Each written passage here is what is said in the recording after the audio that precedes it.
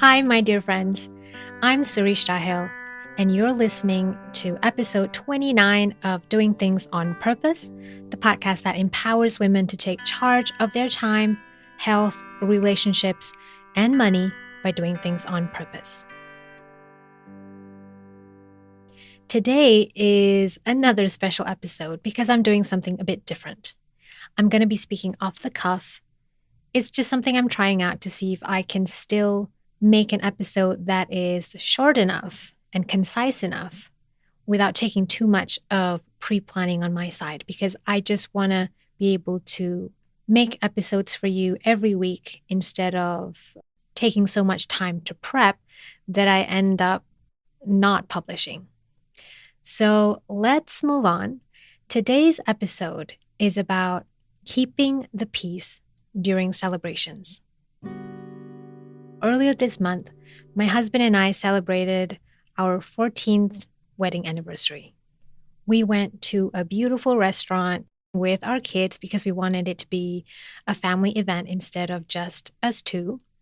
And it was wonderful, but it ended a little bit abruptly.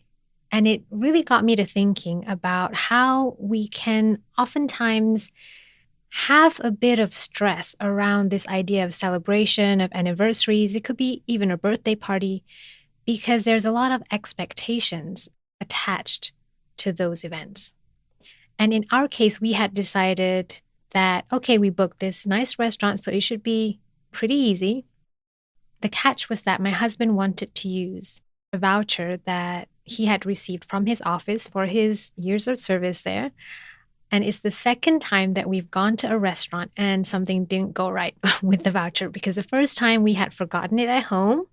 And then the second time, when we wanted to pay the bill, the waiter told my husband that he needed a code to be able to use the voucher, which coincidentally later on we found out was a mistake. But anyway, that was the situation. And me being the practical person, I said, "Oh, again? Why didn't you just bring the whole envelope instead of just the gift card? Because the code must have been in there." And of course, that just upset my husband because he felt judged. And I probably wasn't being the most gracious guest, although, we were both celebrating. And then on the way home, it was very cold. And I just felt a surreal sense as we were going home, thinking about us beginning the night, holding hands, being excited for this event, and how the night ended with us being so separate. And this isn't uncommon, right? I mean, oftentimes it can be a big wedding that we've planned or an elaborate birthday party, and then there's so much stress that happens around things that are unexpected, and then we don't know how to deal with it. And then we end up kind of hurting each other in many ways that we regret later on. And then we blame each other, obviously. So the next day we talked, and I apologized for making such a insensitive comment. And this is something big for me because I've realized that I'm not very good at apologizing. I care a lot about people, I think about people's needs, but sometimes when I feel like I'm in the right, it's hard for me to come back and say, I'm really sorry about that. It's something that I'm practicing, and my husband is way better at doing that. So kudos to him. So I've been pondering about how we can ease into celebrations, because I've also had wonderful celebrations over this past year. And there are 3 things that I'd like to share with you to help you navigate celebrations with more ease. So the first thing is to stay grounded in yourself and in what you know. And there's a statement I love, which is strong back, soft front, meaning you have a strong spine, you can stand up, but at the same time, you're soft in the front. You're accepting to what's coming. You're not defensive or bracing for the worst. So when you're planning a party, oftentimes, there's comments from people to say, "Oh, what are you guys celebrating? How are you celebrating?" And then there's this whole expectation about impressing people, really, with how you're going to be celebrating this special day, when the point of the whole thing is about you and not the other person who's asking. depending on the person you're celebrating, if it's your daughter's birthday or your son's birthday or your husband's birthday, that person is the focus.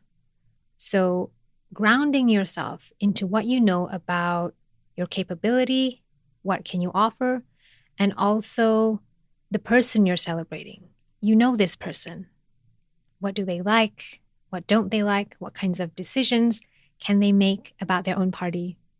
So stay grounded in the knowns of the person who's being celebrated.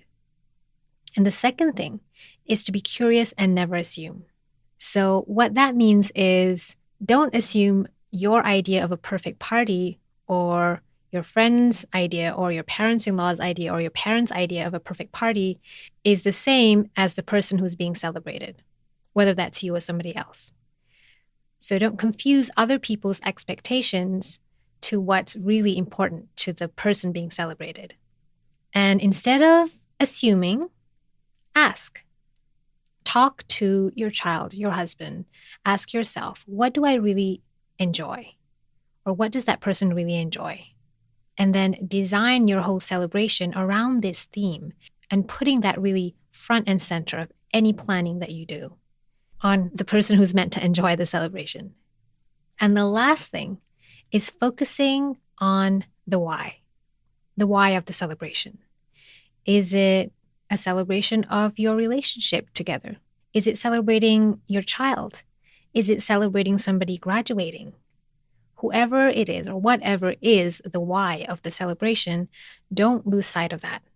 Because sometimes when we start to have big parties, especially when we have other guests, we have sometimes important guests or somebody who's very respected, or to be honest, even when we have our kids around who tend to be very attention grabbing, we can lose sight and cater too much to the guests and forget the person being celebrated. And so realizing that, hey, wait a minute, is the person who's being celebrated okay? Can I just take a minute to check with them if everything's fine? Can I help them with something?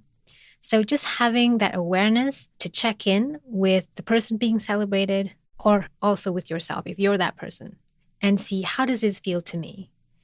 Because that's what everybody who's attending the party's looking for, right? They're looking to celebrate you. And sometimes people just don't know, or they get lost in conversations and they lose sight of that main person or main event being celebrated. But they all love to be reminded of that because that's the whole point that they're there. So those are my 3 tips to keep the peace during celebrations. Number 1, stay grounded in yourself and what you know. Number 2, be curious and never assume. And number 3, focus on the why or the person being celebrated.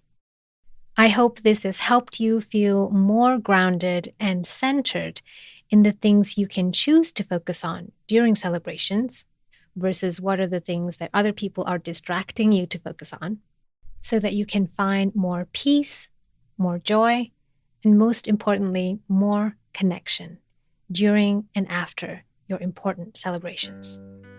As usual, you can find the show notes at suristahel.com/29 for this episode 29. And you can always find me on Instagram, Twitter, Facebook, or YouTube.